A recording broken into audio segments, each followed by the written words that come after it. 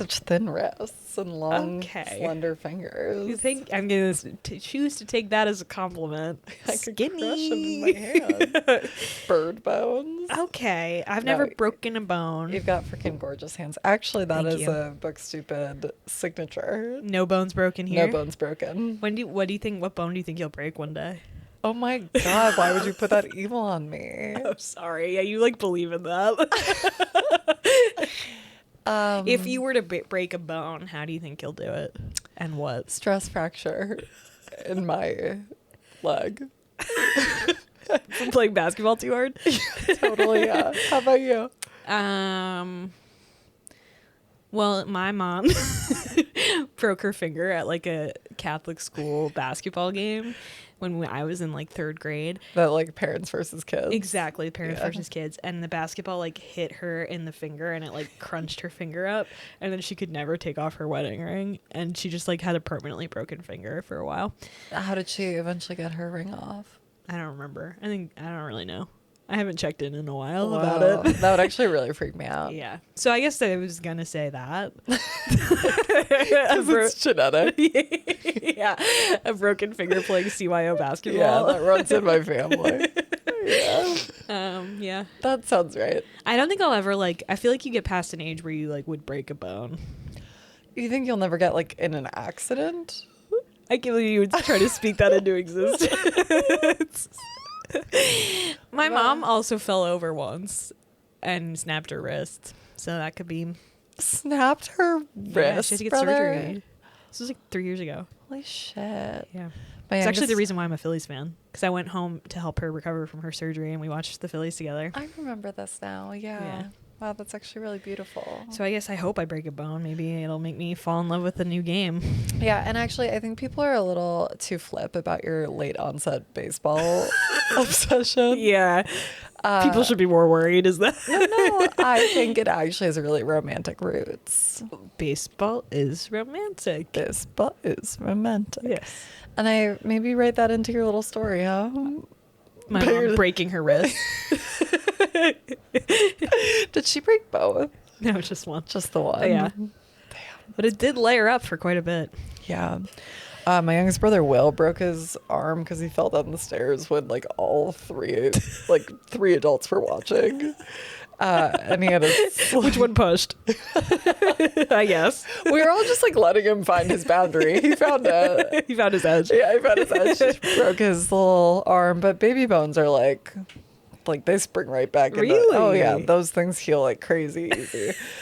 But he was in a hard cast for a little bit, and he was, I don't know, we were crawling around. He was probably a little over 1. Oh wow, he's real little. Yeah.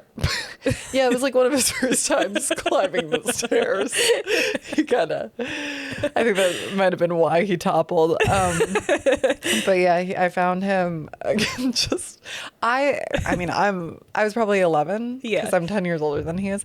I found him sitting in the living room. Never good when it starts with I found him. He had had his cast on a while. He's sitting in the living room playing with his toys by himself, as he's wont to be. But he's stopped playing with his toys, and now he's slowly gnawing the inside gauze out of his cast, and he's successfully eating it, and I didn't do anything. Well, what were you supposed to do? What was I meant to do? Stop him. He's probably teething. He's finding his edge. He's finding his edge. You gotta let him do it, yeah. Wow. So maybe that, too, is how I could break a bone. What color cast did you guys give him? Blue. Nice. For Boy. boys. Blue for boy. Blue for boys. He also, this is, neither here nor there, but that little guy had a pair of green fur-lined leather boots they were fused to his skin. They were like your mom's wedding ring. They couldn't come off. And he wore those every day at that age. Did he just like them so much, or? I don't think you can actually indicate a preference at that age. It's true. They just didn't come off. Like doll shoes. It's like the dead of summer. He's in a fur-lined green leather. He's wearing jorts and Uggs. Oh my God. If ever it was time to leave the house and somehow they weren't fused to his meaty little ankles, it'd be like, where are the boots? Where are those guys' fucking boots. It was probably like foot binding. We did not let his feet grow beyond the confine of the boot. He probably has delicate feet to this day. Probably. I hope you feel good about yourself, how you treated your youngest. Please write in, Will. Are your feet okay? How was your weekend? I was fine. Okay. Cool. I was in Key West. Okay. Do you know they pump the national anthem into the town square every morning? I can't even conceive of what Key West is like. So It's like kind of military island to some extent. There's military there. okay, cool. Yeah, there's like a base. But I was staying kind of like on, it's very like touristy. Oh, Yeah. there's this, Key Lime. Of course. There's a lot of key lime shops. There's one called Kermit's. That's real. It's like Senior Frogs. They're going in on green. Yeah, and I'd never had it. Nobody ever takes me there. Yeah, that's fucked up. So I went for a run. To see a guy named Kermit. And very prescient because there's a statue holding the door open. He's wearing a lime green chef's outfit, lime green chef's hat. Is it Kermit the Frog? No. Okay, all right. It's a man. It's a man, okay. Lime green chef's outfit and hat, big white handlebar mustache, no hair otherwise. No, on head. Eyebrows, I'm not even sure of, if Body. I'm honest. Who knows? Pubic mods, unclear. So the statue holds the door open. I'm walking in. Not a statue! Man, real man! Kermit's real? He goes, thank you for visiting. No. Oh, he's like animatronic. No, he's real. He's real. So I kind of laugh. I go, you're welcome. He goes, He tipped his hat. well, no hat. Yeah. Hat stays on. But yeah, I didn't like that. And I couldn't tell anyone because I was on a run. Right, of course. Well, maybe you met a guy named Kermit on your run. Wait, so why did you think he wasn't real? What'd you think? The guy in the lime green chef's outfit with the frozen smile underneath the bushy mustache. Was he 3D? Yeah. He was a real man. So yeah. I know, but like then I'm like, what did you think he was? A statue. Oh, okay. Yeah, you did say statue. Yeah, sorry.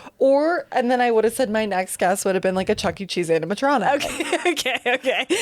I did not expect the final frontier human man. Okay, got it. It spooked me. Wow. And he just hangs out there all day, you think? Yeah, I bet he goes to the town square for the national anthem though. Jeep says I fear looked it up. Oh yeah, show her Kermit. Oh, I do see why you thought that. It's like, and his face is so red. he looks like a brat activation. Why is his face so red? Yeah. And it's not just the red is the complementary color to green. Like No, it's he's got actually sun red. damage. Yeah. It's very Wow. saturated. Yeah.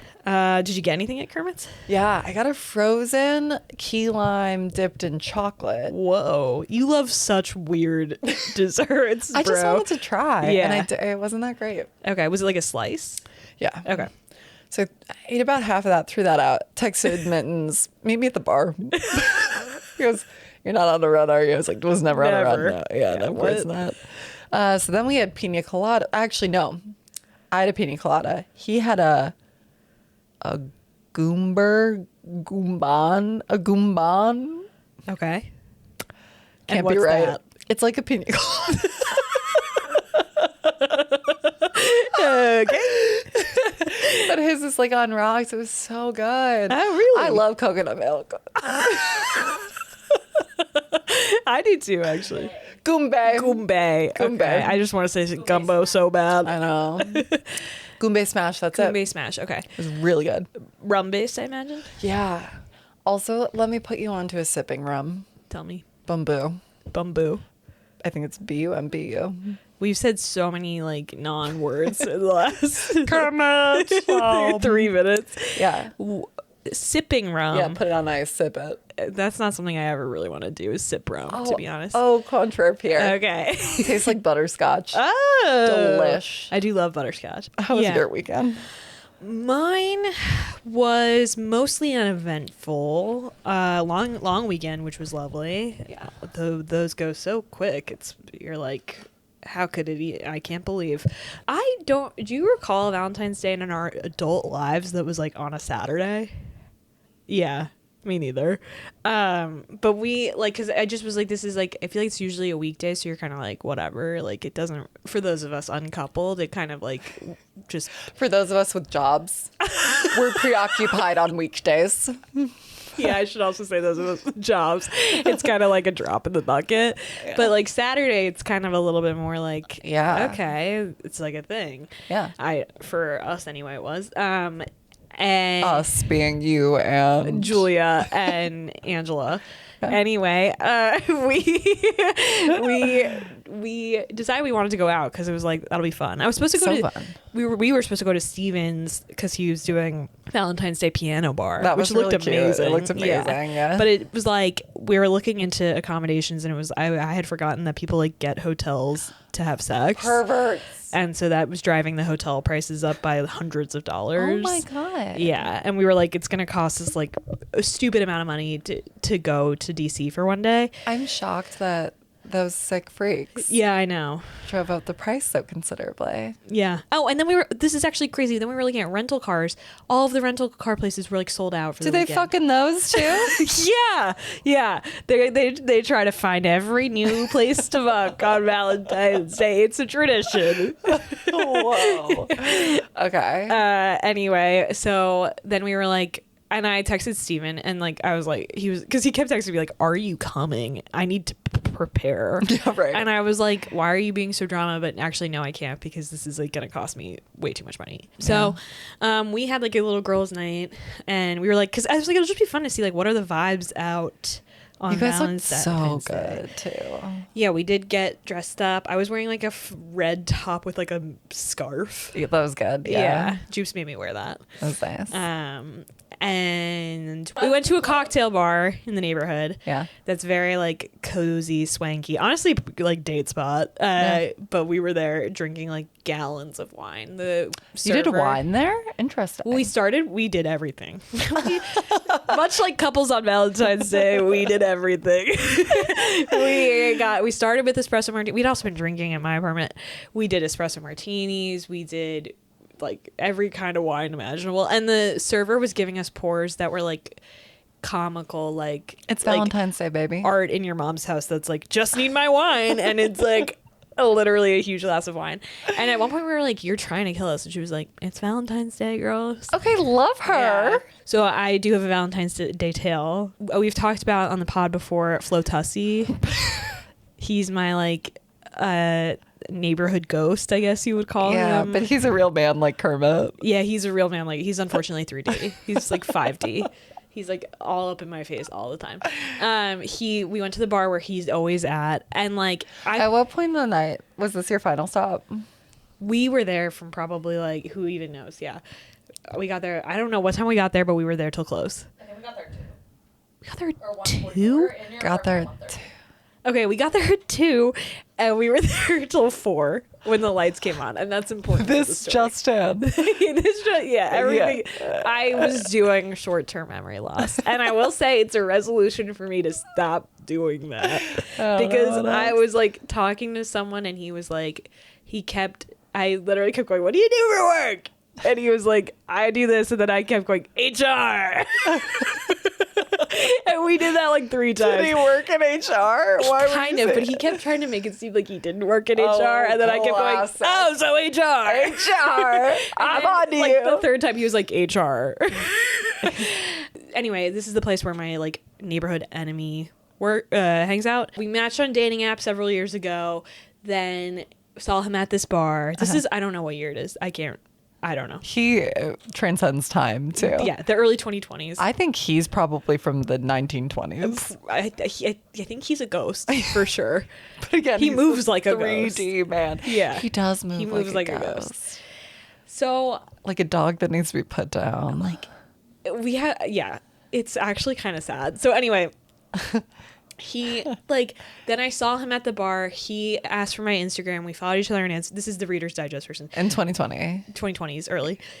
We follow each other on Instagram. He starts hitting me up regularly, wants to go on a date but won't actually do it. So then I stopped responding. Valentine's Day several years ago, I wake up with a DM from him wishing me a happy Valentine's Day. I'm like, oh my god, from the my dead. life is a joke, right? Because I don't know this man. You guys had been ice cold. Yeah, and I've stopped responding because I'm like, you're weird. Happy then he wishes me Day. a happy Valentine's Day. It's unfortunate. I need to be meaner because I was like, that's so sad that I was like, happy Valentine's Day, and that I let the door open. I know, but it is. What are you supposed to respond to that? Kick that guy? I don't know. Juice is saying yes. Ugh. But then he tried to make a plan on Valentine's Day of that year, still couldn't finish the deal, so I blocked him. You guys were gonna go on your first date on Valentine's Day? Yeah, because he was like, yeah, he's my Valentine. well, yeah. I was like, LOL, I don't know, Yeah. sure. I was like, maybe this time he'll finally actually execute. Yeah. Obviously didn't, so then I blocked him, and then I see him around the neighborhood, and now he thinks it's funny to be like, hey. I do love that you blocked him. Oh, duh. Yeah. And he just now is bah, anytime I see him, he's like Kermit. It's and now I feel like we've circled back to it being kind of a bit. Also, he's done this with other my friends, so it's kind of yeah, you're who, this guy is weird. Totally. But now his kink is this. Yeah, exactly. It's all about this. And anyway, I lately have been hanging out at this bar more, and I now see him often. And so I don't know if I mentioned this, because that guy lives there. He lives there, which now I kind of do have to just be whatever. Yeah, but you're gonna see Flotassi. I'm gonna see Flotassi. But I a few weeks ago ran into him there, and I was with Jupes and someone else, and he literally was like, she hates me about me. About me. And I said, yeah, I do. And then this weekend, Valentine's Day. And that was the most turned on he's ever been, I'm sure. And I was literally, get away from me. Yeah. And then this week, he got me in a weak moment. Short-term memory loss, 4 a.m. And your day. What? Your day. Valentine's Oh, our day. You should. Yeah, okay. I thought you meant your mine, and I was like. Yours and Flotassi's. There we go. And I was standing with Jupes, I guess. Standing with her? Standing with her. She was closing out. And he just appears at my side and gives me a long stem red rose. And it's happy Valentine's Day. Of course. And I don't remember my full reaction. I know I softened, which I regret. I think I started being nice. It was always you. I'm afraid he's the one. Because give up. Don't give me a rose on Valentine's Day. I'm not your Valentine. This is how he gets his jollies. He'll never stop. I'm not your Valentine. Actually, I think maybe being into it might get it to end because he wants to be spurned. Yeah. True. Yeah, he's a glutton for my indifference. Yeah, totally. But a long stem red rose is so funny. He was just funny. Waiting all night to give you that. No, I think he had many. Which makes him so he's exactly I think he thinks he's a romantic, and it's no, you're just weird. You're a neighborhood pervert. You're a neighborhood pervert. You came to the bar with a bouquet of roses. Who don't do that? But you got his last rose. I don't remember anything. I don't know. I do know I accepted it, and it was beautiful. Did you smooch? No, God, no. I see him all the time outside. I see him everywhere. He's my Valentine. He's my forever Valentine. I think he's my soulmate. And I'm fuck. Can we just spend a moment on my forever Valentine? When did that become ubiquitous language? That's so trash. Yeah. And also, I think it kind of erodes what Valentine's is, which is I do like the concept of, what do you think about if you're in a relationship and someone's will you be my Valentine? I think that's so sweet. Really? It's a little corny, but I do think that's that's what Valentine's Day is. Yes. It's are you my Valentine? You have to reassert the commitment of Valentine's each and every year. You can't just say, oh yeah, put me down for forever. That's not nice. That's not romantic. No, it's not romantic. Also, what we know about romance after doing a year plus long podcast study on it is that romance and love really is it's most poignant or discernible on the razor's edge of loss. With the veneer of sadness. With the veneer of sadness. So I'm sorry, May Forever Valentine, it really doesn't acknowledge the possibility that to be without them is what makes it so urgent to celebrate them today. Bars. Thank you. Whoa, that was fucking, So don't you hit me with that Forever Valentine shit. Yeah, it's very phoning it in this Valentine's Day. And forever. Yeah, it's okay. Yeah. You absolute flop. Also, it's becoming part of the language of like this guy. It's my person. Yeah. My partner in crime, etc. Yeah. And I just think if you're going to express your love, put your flutossie into it. Really, he's the most romantic person I know. And again, there is a veneer of sadness. That's why. And being romantic is not mutually exclusive with being a pervert. You can and you often are. Yeah. It's a razor's edge between perversion and romantic. And then there's, of course, the two forks of good perversion and bad perversion. Totally. We most often invoke perversion, positive connotation. Yeah. That was in college. You ubiquitize. Is that a word? Ubiquitize? Yeah, totally. You use the word pervert unlike anyone I've ever. You've made it. It was canon. It became canon quickly, and I do think people were not ready for that to be common parlance yet. But we got there. I think in the year 2026, actually, the world is ready for pervert. For sure. You were kind of ahead of the time on that, I think. Thank you. Yeah. Thank you so much. But yeah, I have a Valentine, and it's devastating. What'd you do with your rose? I kept it on my coffee table until it died. And then I threw it out. Totally, yeah. Yeah, that's really good. But I mean, it did just make me laugh the next day. Very good, I'm sure. Very good. Love my You're life. Funny Valentine. Love my life. Wow. That's beautiful. Best friend, other half. Molly scared the absolute shit out of me walking here. This is the Wuthering Heights, the much anticipated. We've been vamping this for a while, yeah. Wuthering Heights episode. Yeah. And I'll be honest, I was finishing the book on my way here, audiobook style, and I'm listening to, spoiler alert, Heathcliff talk about digging up Catherine's dead body not once but twice. And does he have sex with it? No, he doesn't. To our knowledge. Okay. And Molly sneaks up behind me and is like, "Rah!" and grabs my whole body. It started with her bottom. Okay. Did you say something too? I think I was like, hey, I got a rose. Yeah. And I literally went, I made a scene. It was scary. I thought she was a man because she's 6 feet tall. At my stature. Yeah. Yeah. And coming up from behind me like that and grabbing my ass. I do find kind of offensive what short women can razz each other, but I'm precluded because I'm the height of a man.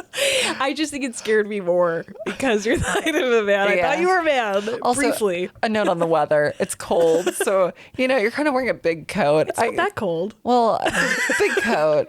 Okay. I look more like a man in a coat. True. A large trench. And you're wearing Avril Lavigne clothes today. I am. I'm dressed like Avril Lavigne. Yeah.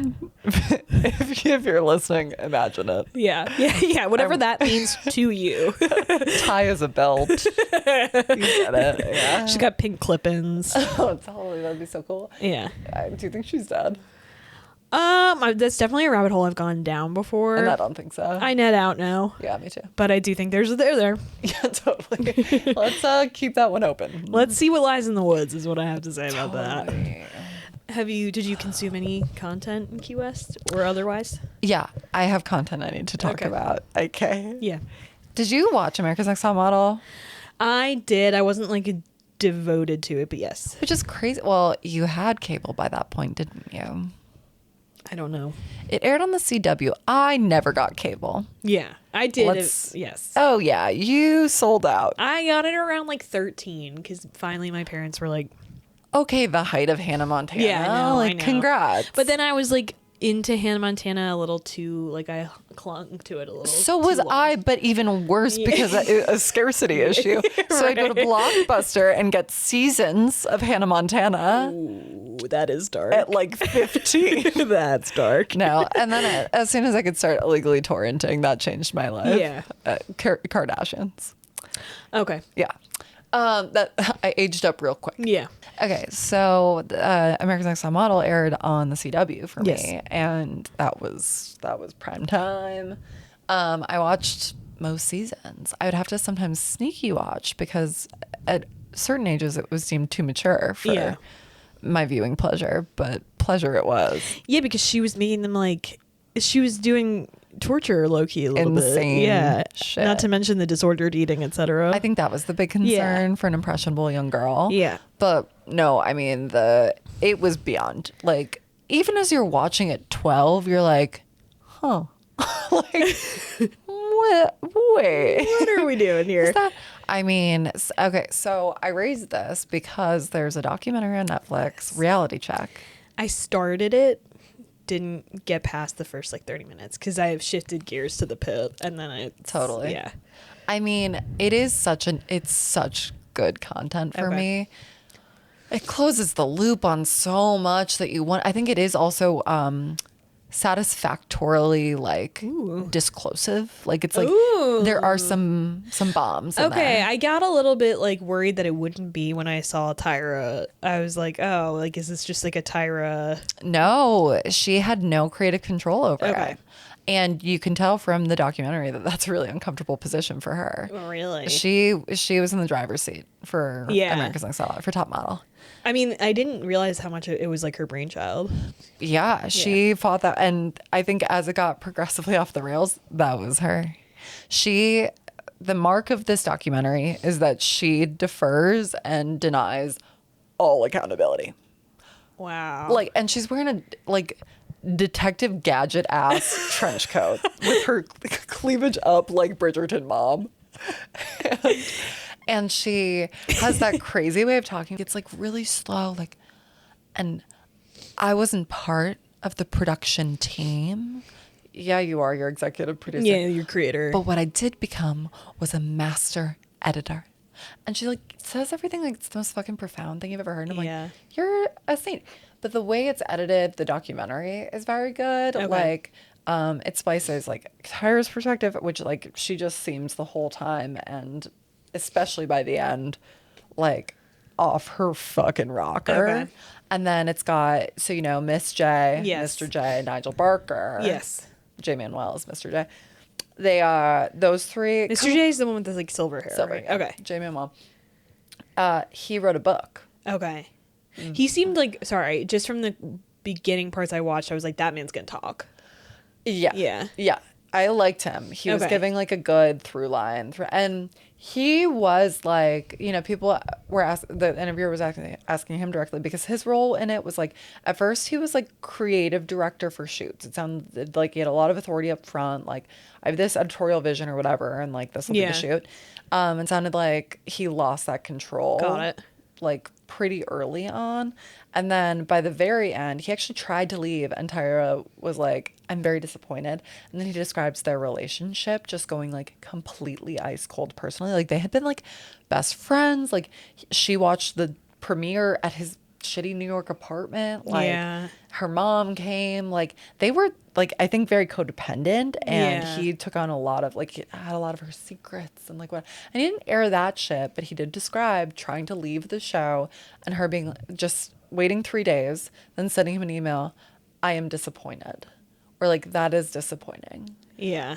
And then his lawyers called him. Well, he was on like a vacation, and they were like, you can't, like, they want you to come back. And the implication was he will be blacklisted.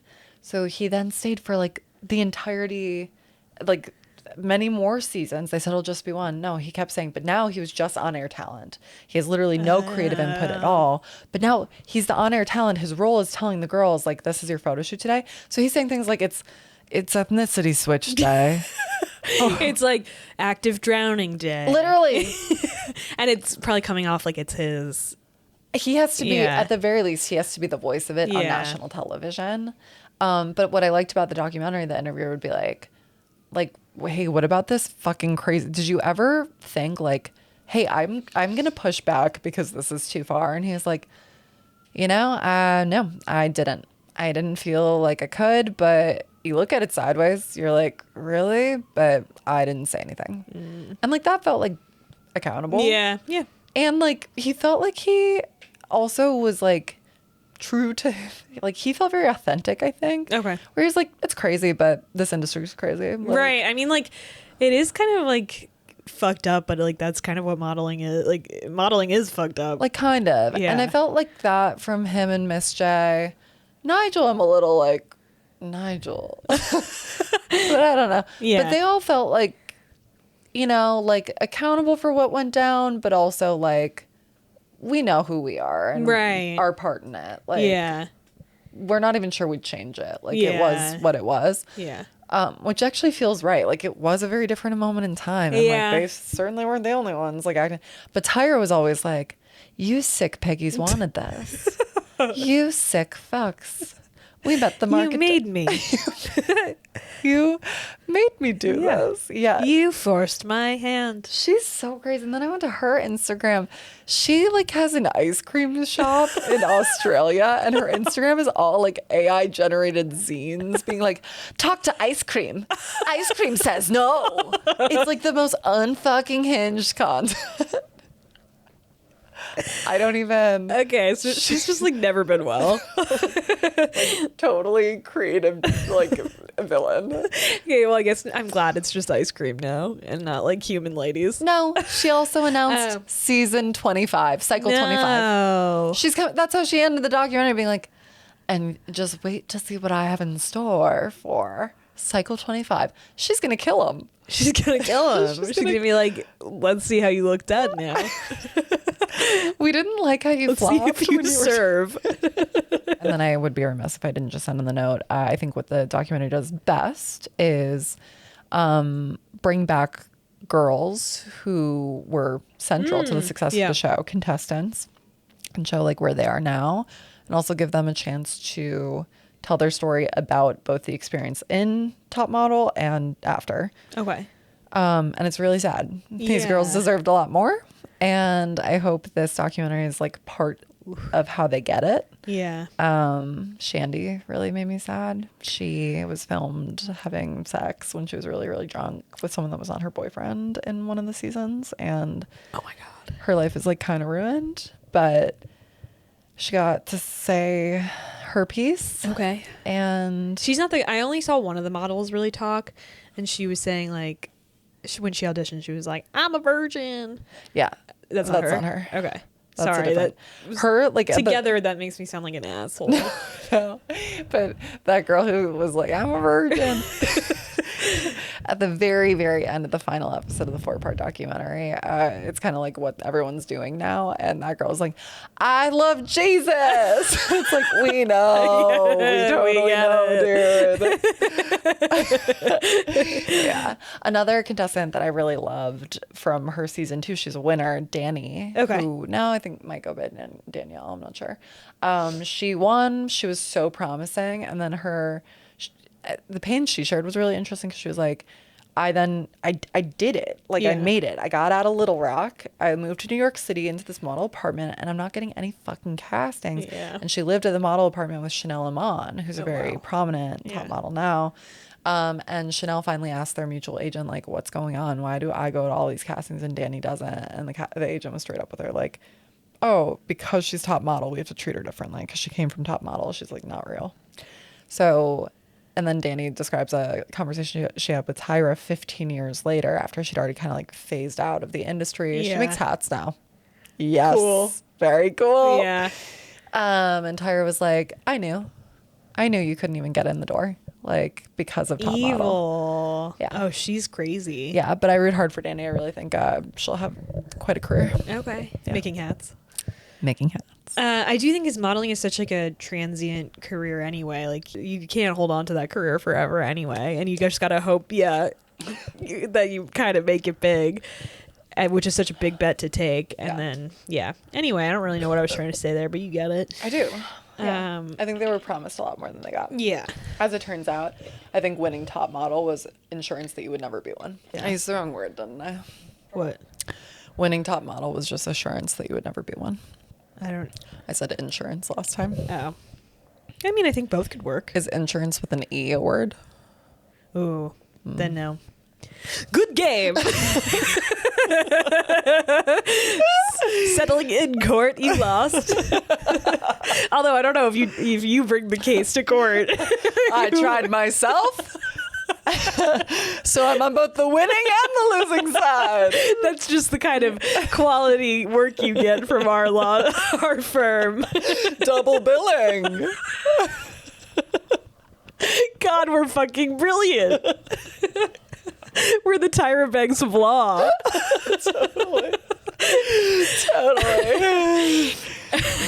Fuck yeah. All right, what have you been consuming? Besides Wuthering Heights. I mean, I've been so in the Heights. Totally. It would come a wuthering.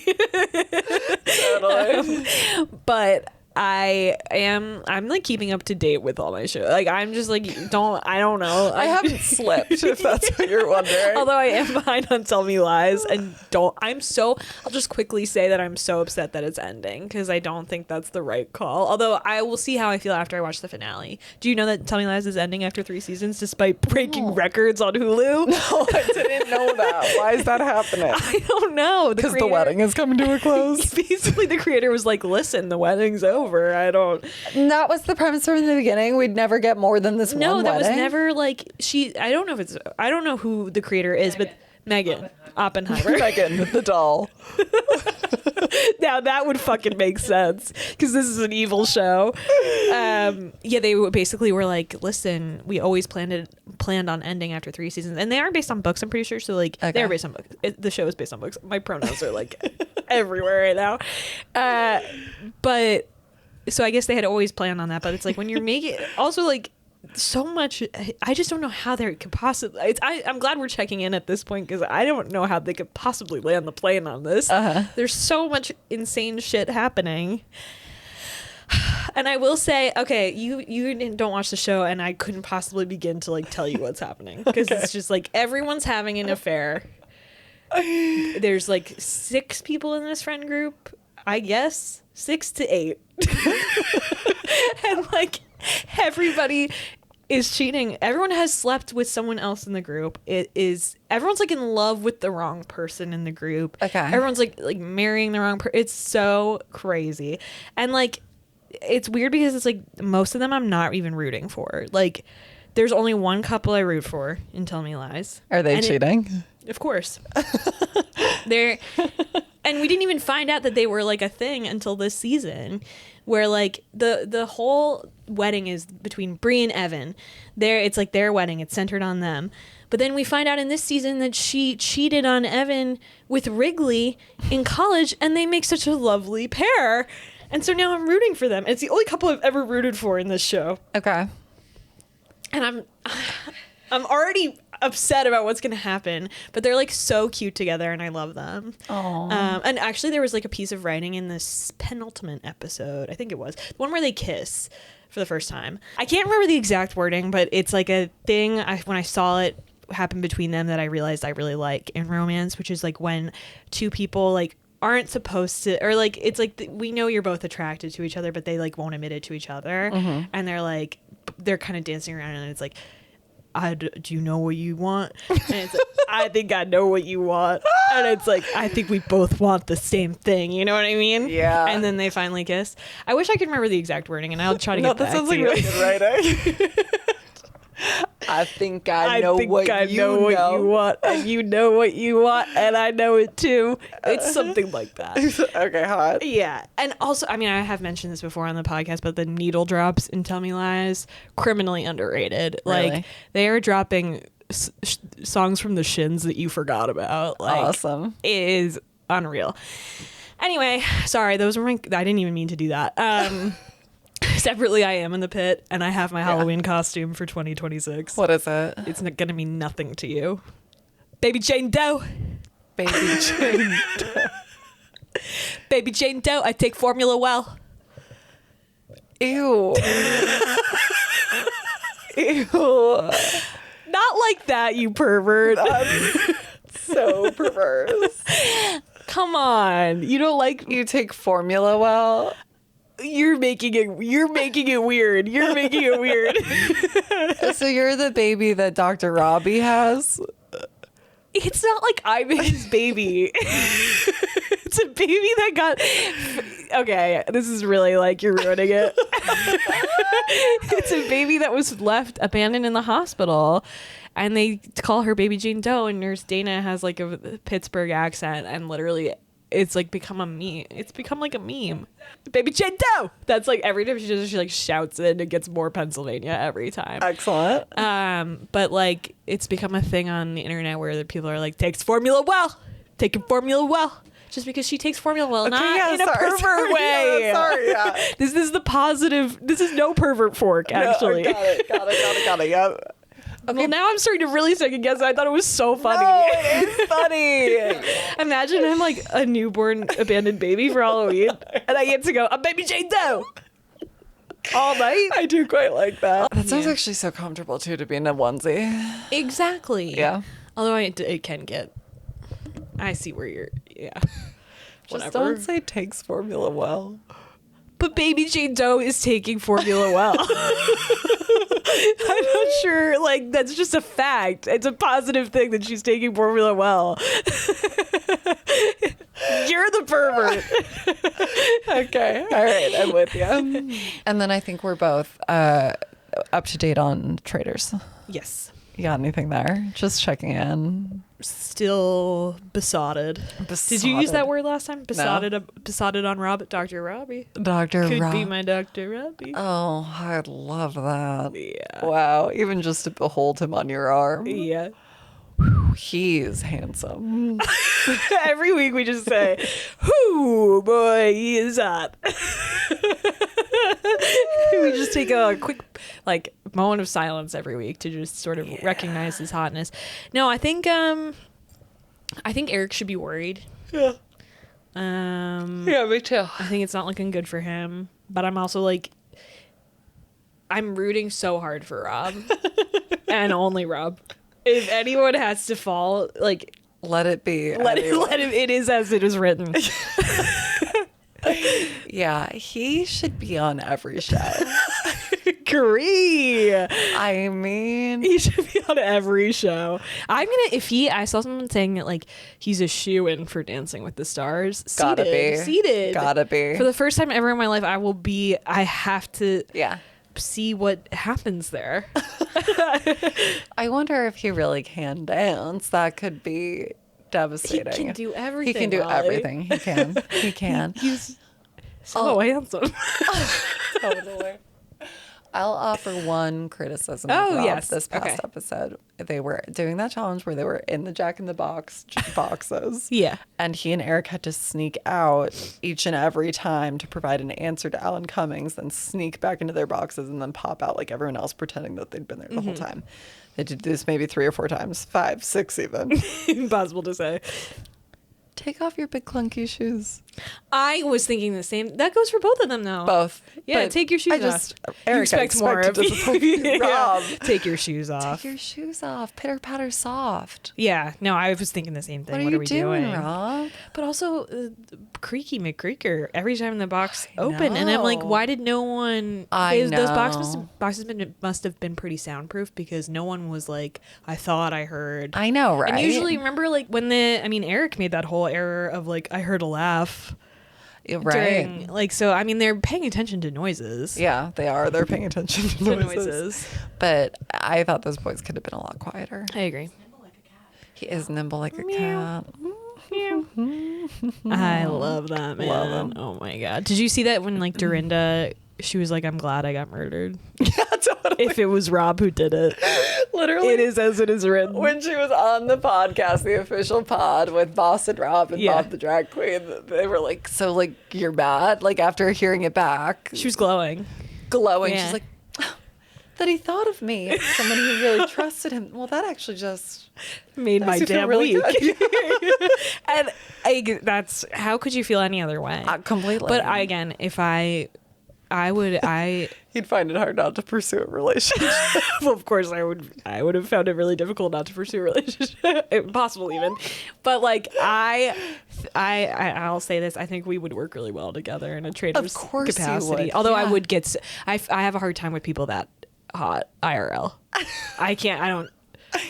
But he's like a different. Yeah. He's different. He's different. Because of his personality. It would work, yeah. Because like hot people like that, normally I'm like, I can't even take you seriously, actually. No, but because of the personality, I think it would actually quite work. Yeah. I went to see a movie that I didn't really know about, but all my friends knew about. What? Am I one of your friends? Well, actually, I do know about it. Pillion. No. Okay, I still don't know what it means. It must mean something. Why is everybody hanging out without me? Well, it's sort of like an AMC A-listers thing. So, like the A-listers, my fellow A-listers kind of told me about it, and then I went to see it, and it was great. It was a BDSM-centric romance. Okay. Do you want to know what it means? Yes, I do. A seat for a passenger behind a motorcyclist. Oh, that's so cute. Okay, so pillion means a seat for a passenger behind a motorcyclist. Nailed it. Historically, a woman's light saddle. Historically, a woman's light saddle. And it's about the guy who plays Neville Longbottom in Dudley Dursley. Dudley Dursley. It stars the guy. Yeah. It stars the guy who plays Dudley Dursley. Did Dudley get hot in the end? Not really. Okay, got Although it. some would probably say yes. He's cute.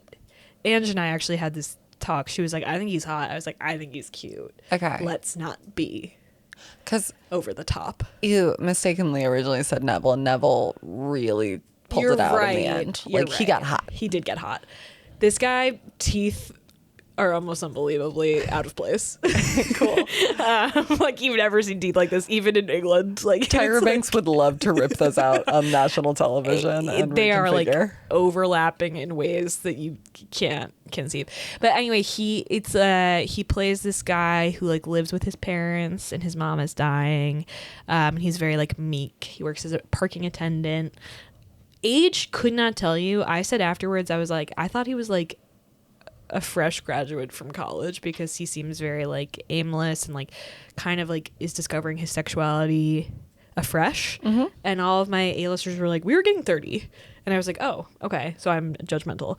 But anyway, he starts up this like relationship with this motorcyclist who's part of like a motorcycle gang in his neighborhood, and like from the jump this man is just like, it's very like you're okay. Yeah, it's played by Alexander Skarsgård.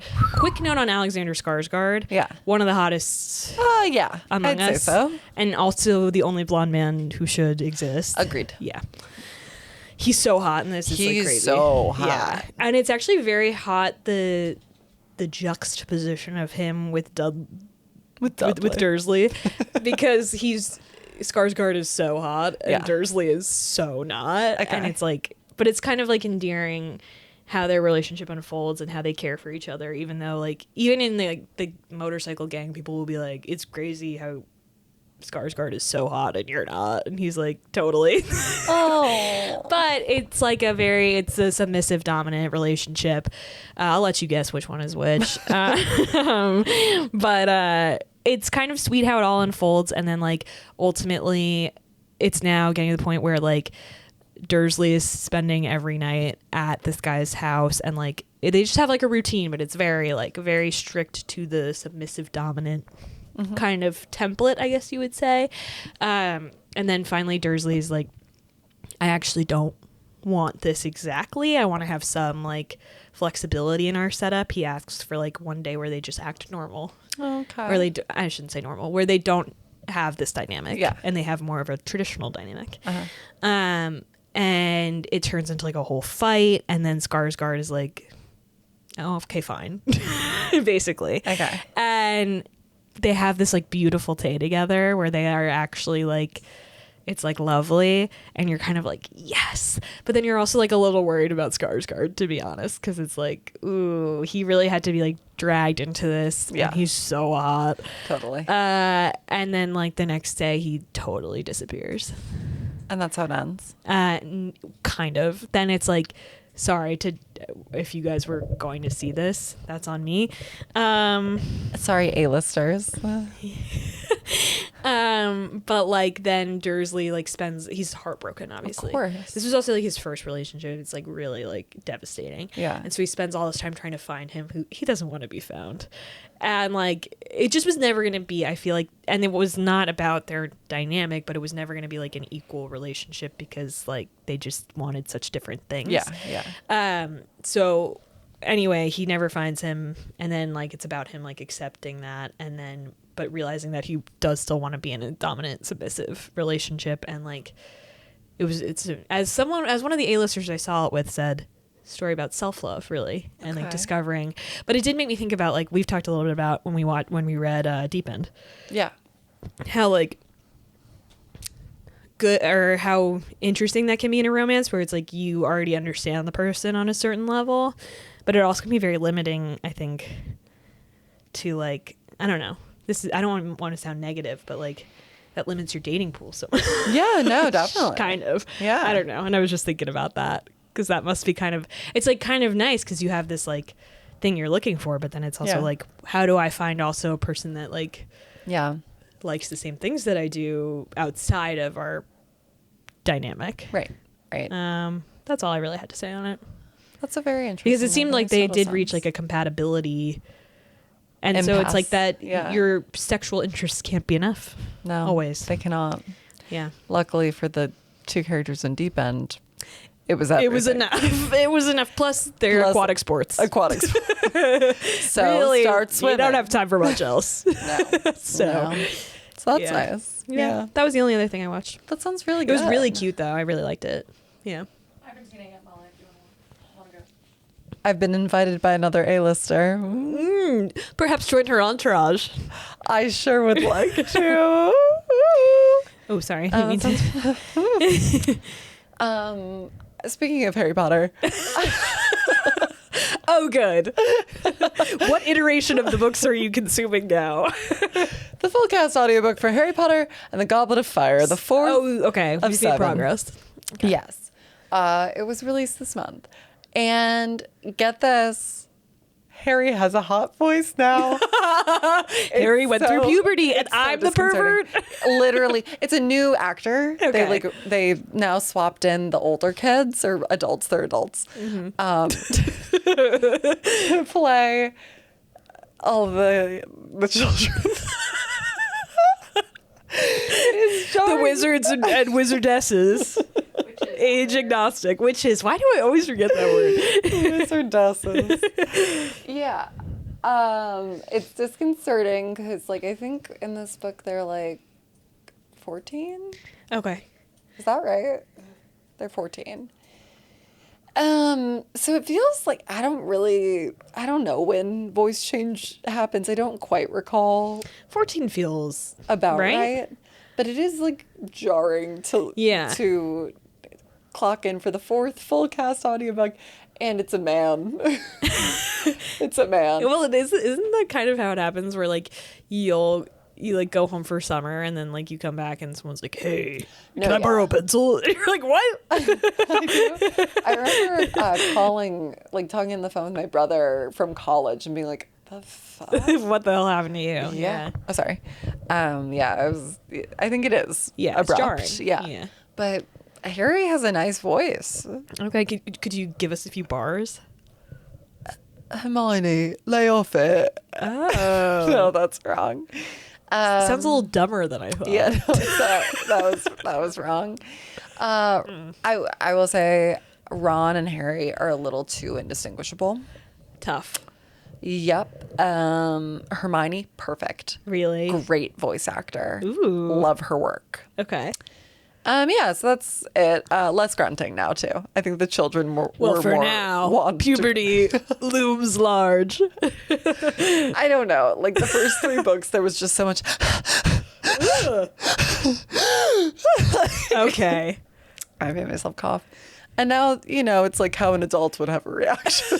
Cool. So less of that. Less gasping. Less. Yeah, they were kids. Yeah. They were, yeah. Right. Well, hopefully puberty scares them straight. I sure do hope so. Yeah. Yeah. That's all I got. Cool. You ready Should to we get our heights withered? Let's wither those heights, baby. Where do you want to begin? Where to begin? Do you want to set up like how we went about this? The night, yeah, Yeah. or the episode. Okay, yeah. So we read Wuthering Heights. Yeah. I'll say I do have probably 10% left, but I've read enough and I know how it ends. So the book. Yeah. And I have half. Okay, But that's the most important part for the movie. I would Well, say. yeah. I certainly read everything related to the Yeah. movie. And then I read synopses thereafter. And I tried to put a dent in it with the audiobook too. Yeah. And I won't stop. Oh, me neither. Now I'm so close that I'm gonna finish tonight. I'm also just like into it. So maybe let's start with the book. Yeah, let's. Okay. Well, okay. But so, sorry, we did also see the movie. Yes. So we will be talking Yes. about both in We the wanted Wuthering to Heights do episode. sort of a compare the texts. Especially because all of the early critics' reviews of the movie Yeah. were, I'd say mostly negative, particularly rooted in a divergence from the book or, yeah. Which, just to start off, no one's arguing with that. Yeah. It's pretty divergent from the book. Yeah, ever heard of a movie? Ever heard of having a good time at the movies? Fucking nerds. And I think like someone said this in the New York Times article in which Molly's quoted about the Wuthering Heights read-in. I didn't use the right grammar there, I'm sure. So just you whatever. Whatever. Whew, settling out of court. Okay.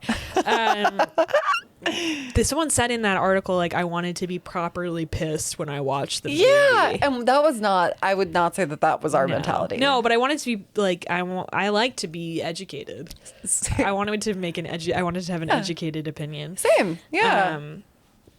I really like the book. And we should also note we had never read the book before. Yes. We never did. So We never did. fine, you got us. We never We did. just never did, okay? I will say, we talked about it. We have been like sort of alluding to our struggle through Wuthering Heights, so like it would be dishonest to say it was easy. Oh God. Every time I try to, I will say like every time I try, it's like a sleeping pill. It's like, And then I'll hit these stretches where I'm like, yes, yeah. totally. But it takes me a little bit to get into Yeah. it. It's like reading, have you read anything in like Old English? Yeah, I Yeah. took a whole Chaucer class. Oh my God. I took a whole medieval lit class. It was fucking brutal. It was so bad that the teacher asked me if I majored in STEM. She was like, "You're doing so badly at this. Are you like a STEM girl?" And I was like, "I'm actually an English major. That's awesome." I'm actually a lawyer. Shit. Yeah. And I've been recording you. Did she make you read out loud the Old I English? don't remember. I think I suppressed a lot That of it. was my least favorite part about my Chaucer class. So you had to go. Read it out loud in the It's class. brutal. Mary Blythe, the former head of Fordham English. Oof. I forget who my class was, but She was kind of I think she was into reading it. She got off on us reading it out these loud. Old English pervs, Pervs. they're so. It's a type. It's a type. And I love a classic book, but it was sort of like you have to just sort of, it's like a different kind of English that they're speaking in Yep. there, and you have to like kind of clock in. Yep.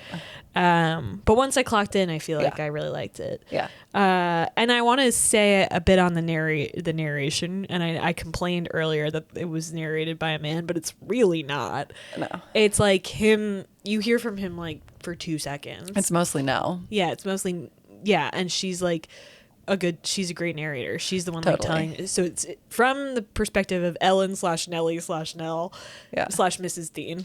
everyone has 4 names and they're all the same names, by the way. Yeah. Because everyone marries each other. But she's like the housekeeper. She flip-flops between the 2 estates. Yeah. Just almost all the time across the That girl span of gets this dragged book. by her hair left and right. She is like living in hell. And it's like the main takeaway from both the book and the movie is like, are they allowed to leave this 30-mile radius? I know. It seems like they're trapped there. Yeah. Such is the power of the Heights. Of the Heights. You like shaking your ass for like half of the Heights. Oh, I'm glad you got to do that. I felt moved. Can I just say something that made me laugh so hard in the book? Yeah. It was a real like spit take moment for me. Happens, yeah, like I'd say in the first third of towards the end of the first third of the book, Catherine has now like The first Catherine. the first, yeah, sorry. No, it's okay. The first Catherine, the OG, has now just like fucking terrorized the Lintons to no end. Yeah. And at this point, she's accepted Edgar's proposal. She gets like a fever because she's so sad that Heathcliff left, and she just gets like so sick. And Nellie's like, fuck this bitch. I'm not really taking care of her. Because Nellie hates Catherine. And I love Catherine. I like her. I like that she's awful. She's so funny. And also, Yeah. I kind of like, at least she's vivacious. Yeah. Nellie's just a little narc. Yeah. I like Nellie a lot. I think Nellie's hilarious. Yeah, she is funny. And I said this earlier, like she is a person who just like hates her job and but is she's like a struggling. busybody. Well, but everyone's coming to her like, Nellie, should I get married? Should I? Can you like make sure? Especially in the second half of the book, she is doing so much for little Catherine, and it's like she's holding both of these houses together Completely. But she's also a pawn in Heathcliff's game. It's like, oh yeah, like I like Nellie. She's doing the best with a horrible situation. Is my yeah. Okay, first I should say I laughed so hard when the Henley, the father, drops Hareton when he's like 2 from like stories above off the stairs, and Heathcliff like accidentally saves his life and catches him, and then like that whole has just transpired. Nellie, who is effectively Hareton's mom, right, races down the steps to recover him. Like everyone has just suffered this like extremely shocking, traumatic incident, and that's when Kathy comes down and goes, Nellie, should I get married? Oh, totally. I'm obsessed with her. She's like been spinning out all day, and she's like, well, if you have time. And she's like, and Nellie's like nursing the kid's like head wound probably. Yeah. And she's like, oh, and then that part really made me laugh too, because Kathy's like, I just like, she's like, how am I going to tell Heathcliff? I forget what it is. I think she's like, how am I going to tell Heathcliff that I'm getting married? And she keeps running through ways to do it. And Nellie keeps going, bad. No. So bad. Awful. No, it's why do you love Edgar? Oh, you're right. Because he's rich, bad. You're right. That makes it even funnier. So Yeah. fucking Yeah. funny. She's like, no, you're a liar. Bad. Awful. try again. Yeah. Even Which is worse. like, there are so many parts of this book that feel so familiar to 2026. Yeah. Even though they are like so different, like that.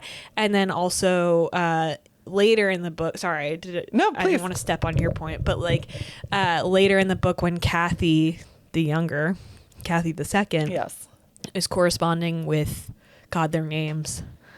Linton? No. Linton. Yeah, Linton. When she's corresponding with Linton, and like she keeps being like, I just want to write him. And Nellie's like, no. And she's like, one letter. One. And then she's like, can I send him like one lock of my hair? Like, God. And Nellie's like, put down the pen. Like, it's not good for you to write Linton. And it's like so, just like so real. I don't know.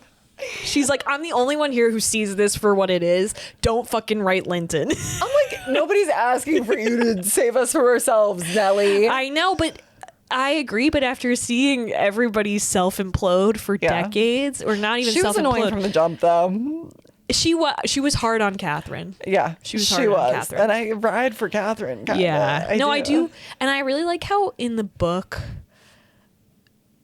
Heathcliff and Catherine are horrible. Like, Yeah. I would not to jump to the movie too quickly. I don't think the movie did that justice, that these are Yes. two like Really terrible horrendous people. Yeah. Like, to your point, after Catherine accepts the proposal from Edgar, or before, maybe, I think it was before, Yeah. she like flips out at him about something and starts She like beats him up. she beats him up.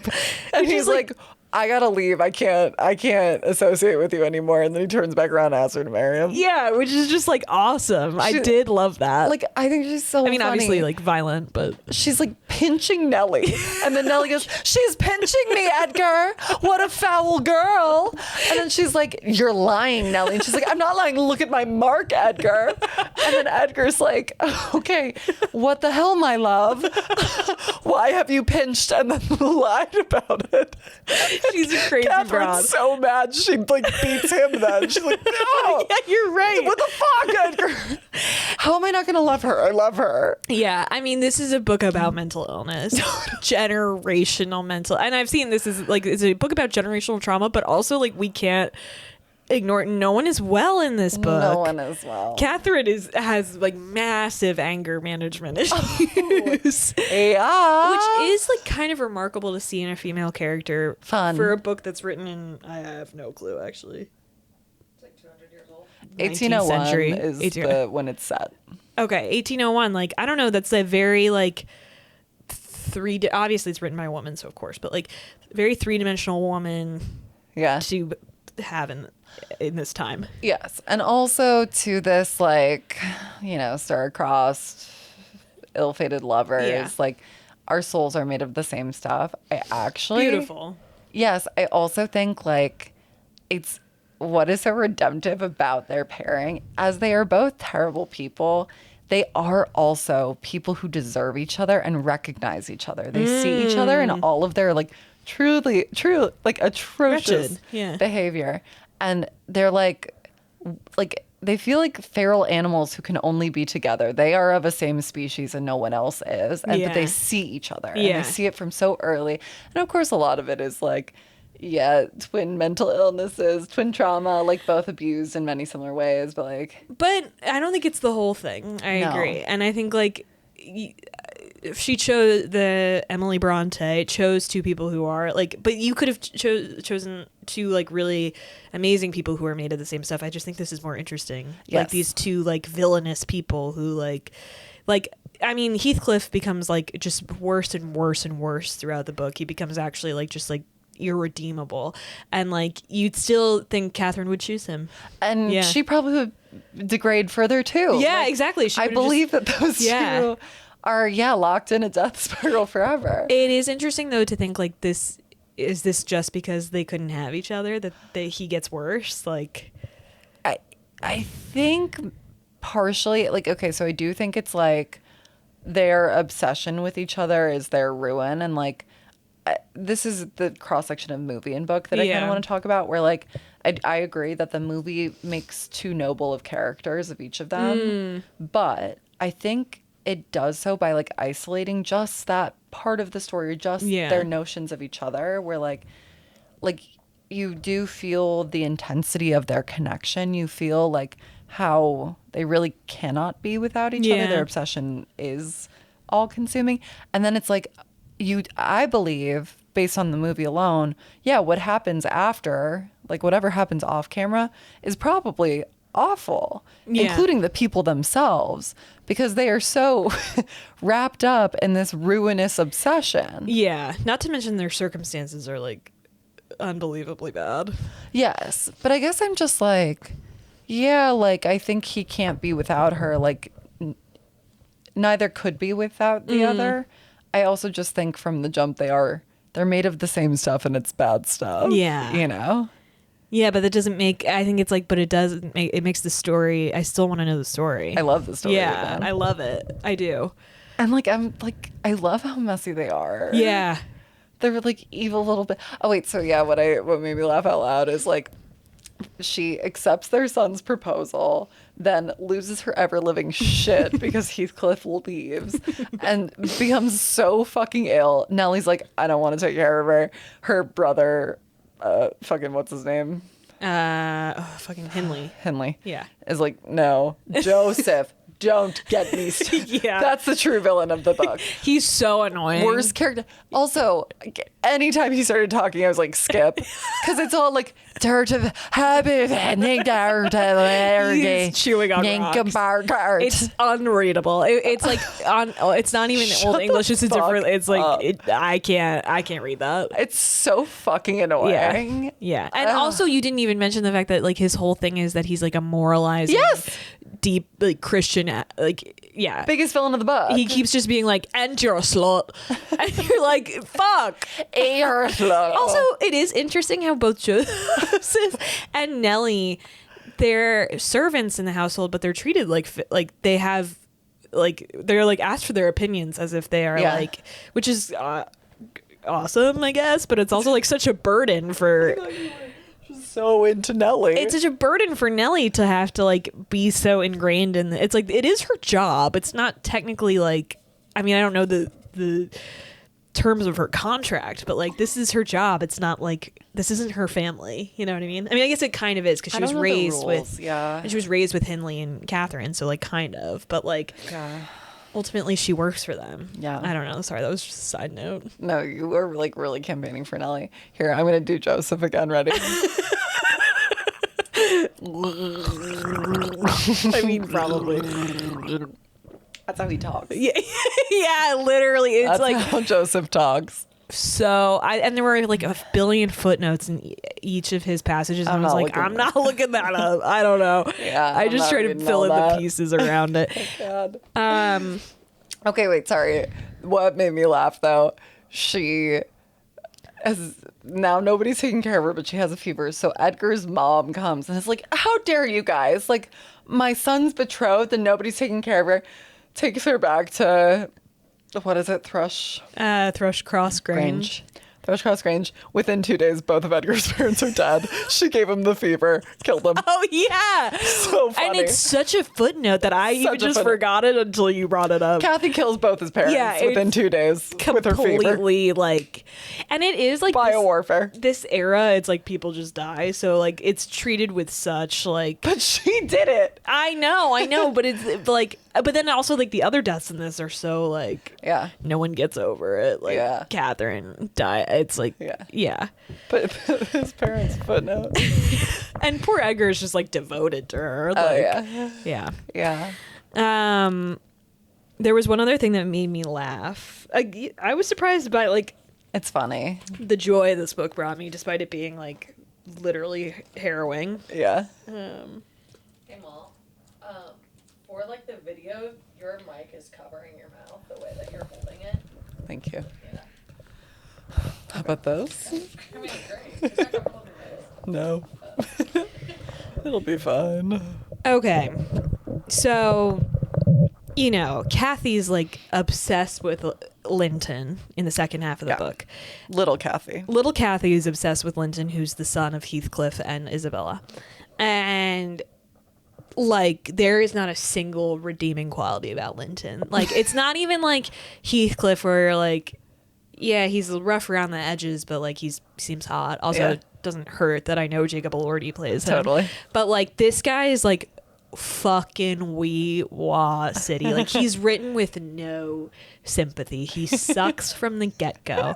He's the kind of guy where like if your friend got with him, you'd be like, what the fuck is happening here? Like she needs to stand up. And it's like Kathy's just like she sending needs locks him. of her hair. Yeah, she's like, please let me send him letters. Yeah. And Nellie's like, I've seen this show too many times, and this is actually the worst version of it. I think I've seen this show before. And I'm gonna kill Linton. And also Linton is like sickly. It's like he's never gonna be okay. Like he's described as literally like a gust of air. Like this man like can't like even walk to Thrush Cross Grange. Like he can't do anything. God. He can't do fuck all. Come on. Even Lockwood can do that. Even Barely. Lockwood could do that. So this is between Kathy and Ellen. I can get over the wall, she said, laughing. The Grange is not a prison, Ellen, and you are not my jailer. And besides, I'm almost 17. I'm a woman. And I'm certain Linton would recover quickly if he had me to look after him. I'm older than he is, by like 3 months, by the way. You know, and wiser, less childish, am I not? And he'll soon do as I direct him with some slight coaxing. He's a pretty little darling when he's good.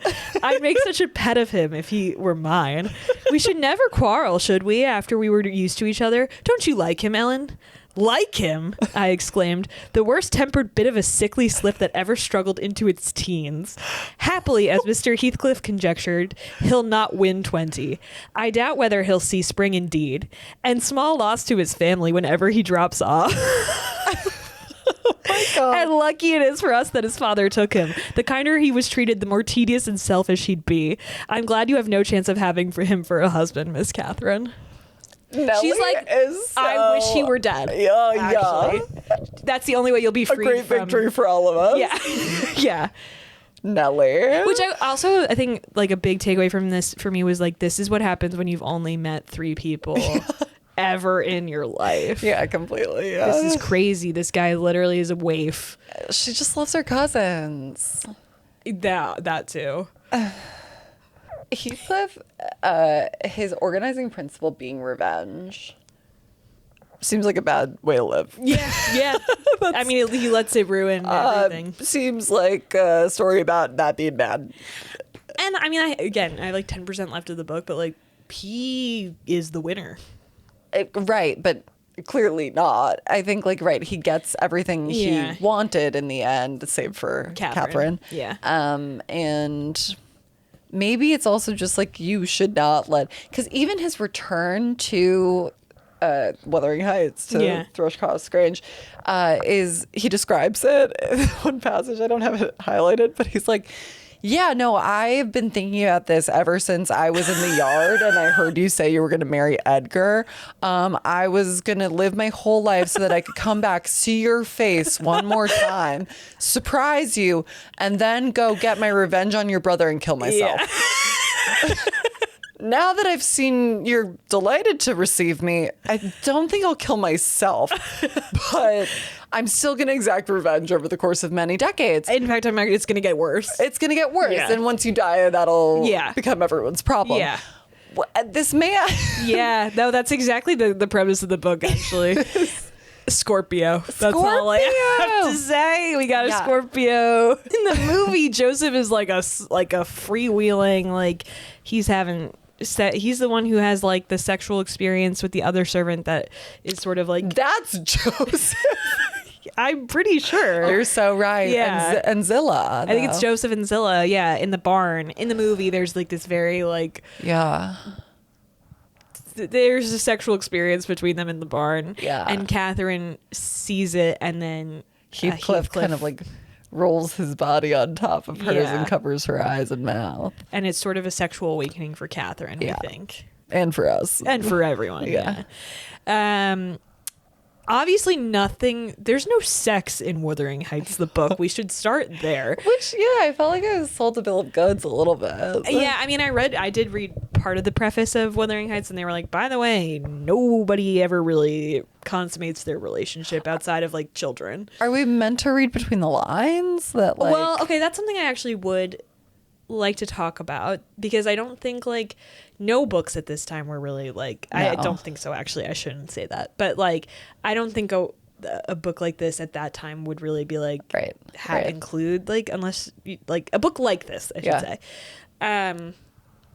So I think like if the book were written in 2026, there'd be sex. I think there would have been, I mean, maybe not to the level that the movie had. I don't think that this book is inherently like BDSM, and I don't think the movie is BDSM vibes, but it is like there's like an edge of violence, I feel like, to the to the sex. Totally. And I don't think that a 2026 version of this book would have that. That doesn't mean I think the movie, it's fine that it has that. I'm not trying to. Am I making sense? I think so. Yeah. Okay. Yeah. Yeah. Maybe not. I think. Do you have any clarifying questions? Yeah. So you're saying that if this book were to be written today, I think there would be sex in it. There'd be sex, but it wouldn't have the edge of violence. I also think the plot would be completely different. So, So I guess it doesn't matter. if Wuthering Heights were written today, it'd be different. Yeah. Yes. I'll stand 10 toes down on that. Totally. Totally, yeah. Anyway, what do you think of the movie? I loved the movie. I did too. We I really fucking liked loved it. I thought it was I thought through music and visuals and then some really strong face acting, largely from the children, I'll be The honest. children really crushed. You know that kid, the boy, Heathcliff, is from that show Adolescence on Netflix? No, I did not know that. He That was kid's unbelievable in good. that. Yeah. Damn. Yeah. Yeah, he was quite good, and I thought little Kathy was good too. Yeah. I thought she did a really good job. She acted like Margot Robbie. Totally. Like, she did a good job mirroring adult Margot Robbie. I think so too. Yeah. The kid actors really sold it. You get I think you get the fervency of their addiction to each other. Yes. And the aesthetics only contribute to it. I'm like, yeah, romance. Yeah, I mean, I think like That's such a stupid point. the preface of the book kind of alluded to this is a very if you take it at face value, if you take the romance at face value, if you take the relationship between Catherine and Heathcliff before it, everything that happens after it, it's a very childish, first love kind of infatuation. And I think the movie did do a good job of. Yes, I think it even overtly emphasizes the kind of siloed nature of their courtship of their relationship. Yeah, totally. It creates this even aesthetic kind of bubble around them, and it's these two believe they are something great and equal to each other, and everyone else on the outside is like, hey, what the fuck? You guys are ruining the vibes Everything. for decades, by the way.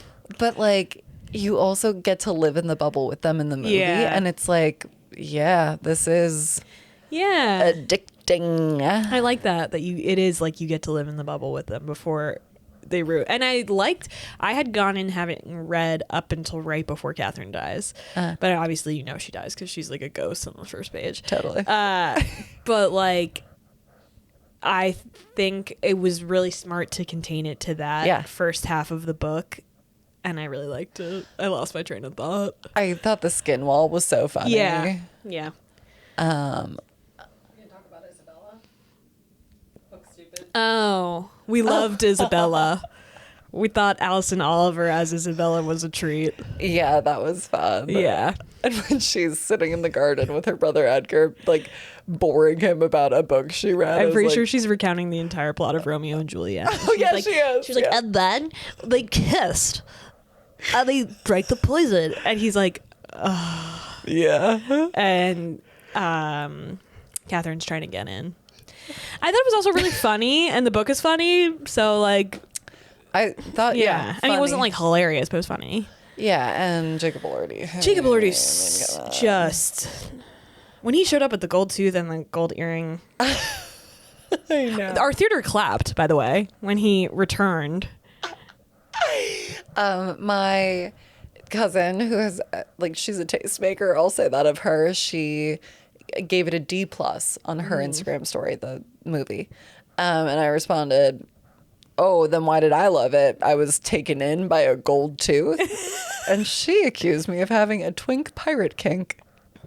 I don't think so either. No, he's just hot. He's just so hot. Yeah. And I also had this thought, Jacob Elordi is uniquely positioned to play this character due to his years-long situationship with Lori Loughlin's daughter. Olivia Jade. Yeah, they seem to have a pretty similar relationship, honestly. That's so funny. I love that thing. To Heathcliff and Catherine. So. Oh, that's good. That's, Yeah. If she had half of Catherine's pizzazz. Oh, yeah. I mean, yeah, but she does seem mean. She does.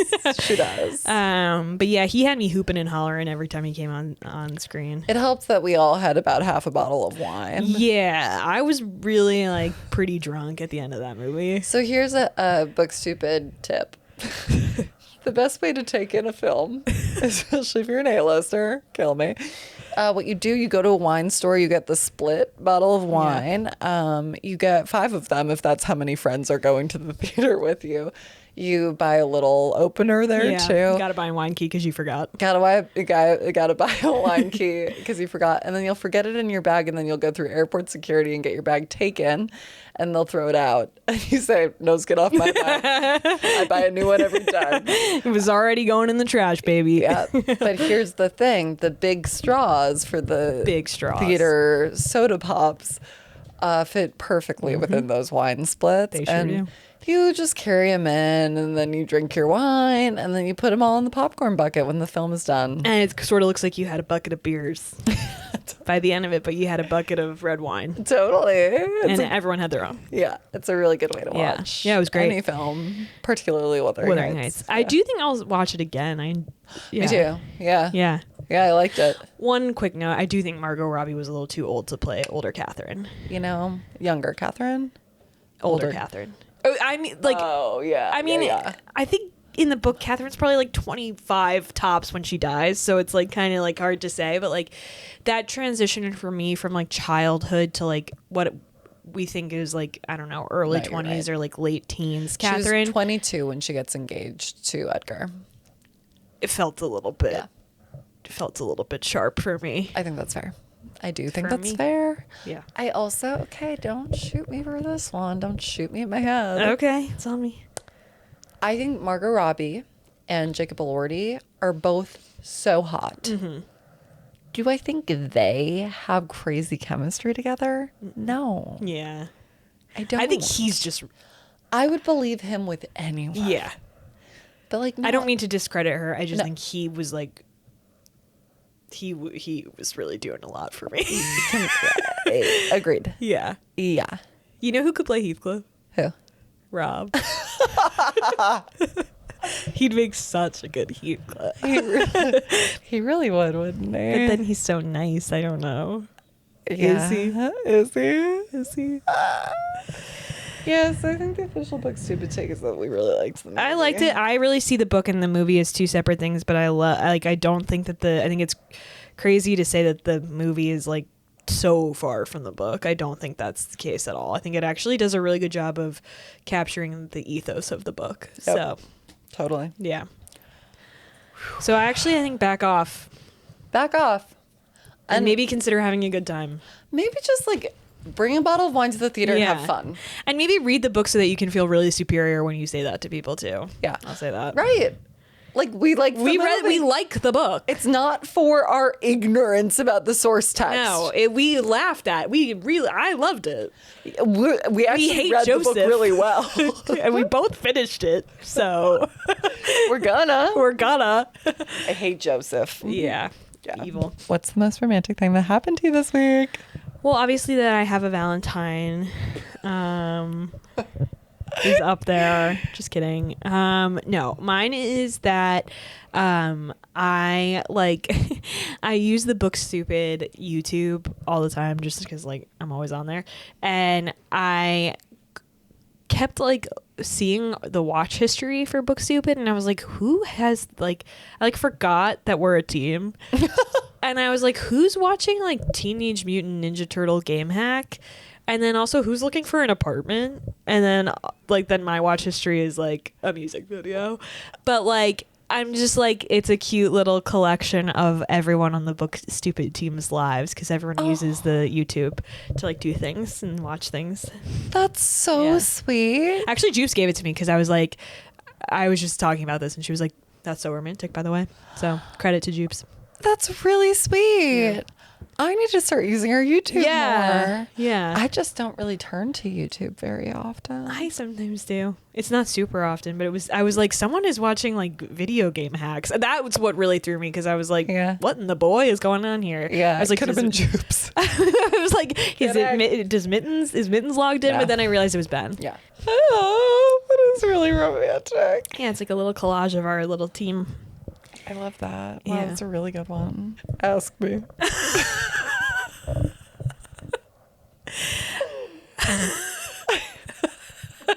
It's like, shoot me. Okay, what's the most romantic thing that happened to you this week? It looks like you're have lived Wuthering Heights. It happened today. Okay. Listen, things are pretty bad in my world. Okay. Okay. Not my commute. I have to take New Jersey Transit sometimes to work. It's really bad. New Jersey Transit, like the bridge that all the trains go on. It's done. They're doing construction on it from February 15th to March 15th. It's going to be like July 20,000 when they open this bridge back up. So, like, my commute is fucked to high heaven, but there is, like, a shuttle that I can take to and from my office and Newark Penn Station, which, by the way, who did that?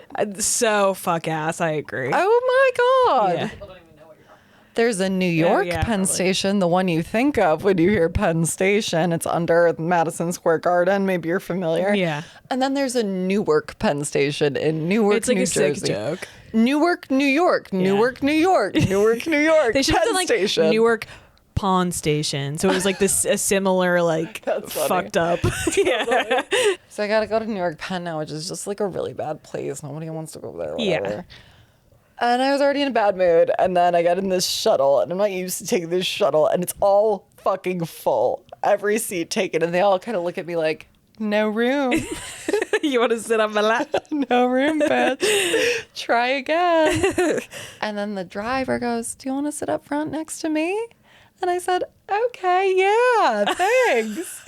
And then we're about to get going. I'm like, you want to drive? I'm kicking my little feet. And she turns and she goes, buckle up. I want to keep you safe. It's dark out there. That is sweet. The most romantic thing that happened to me this week. The week of Valentine's. And that's what this exercise is about. Okay? It's not all long stem red roses. It's not my forever Valentine. It's my Valentine during my commute.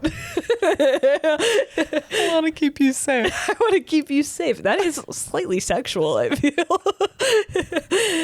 And she had one gold tooth. Oh. No, I'm kidding. No, I know. But I was like, wait a second.